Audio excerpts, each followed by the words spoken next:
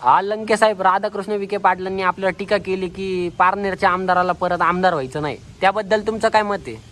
जसं की त्यांनी सांगितलं की यांना आमदार व्हायचं का नाही, तुम्ही रात्याचे पारनेरची जनता ठरवी ना मला आमदार करायचं का नाही. मी तर सांगितलं त्यांना तुमच्या चिरंजीवाला लाडके त्याला खासदार करायचं का नाही ते आम्ही ठरवणार. एक नंबर.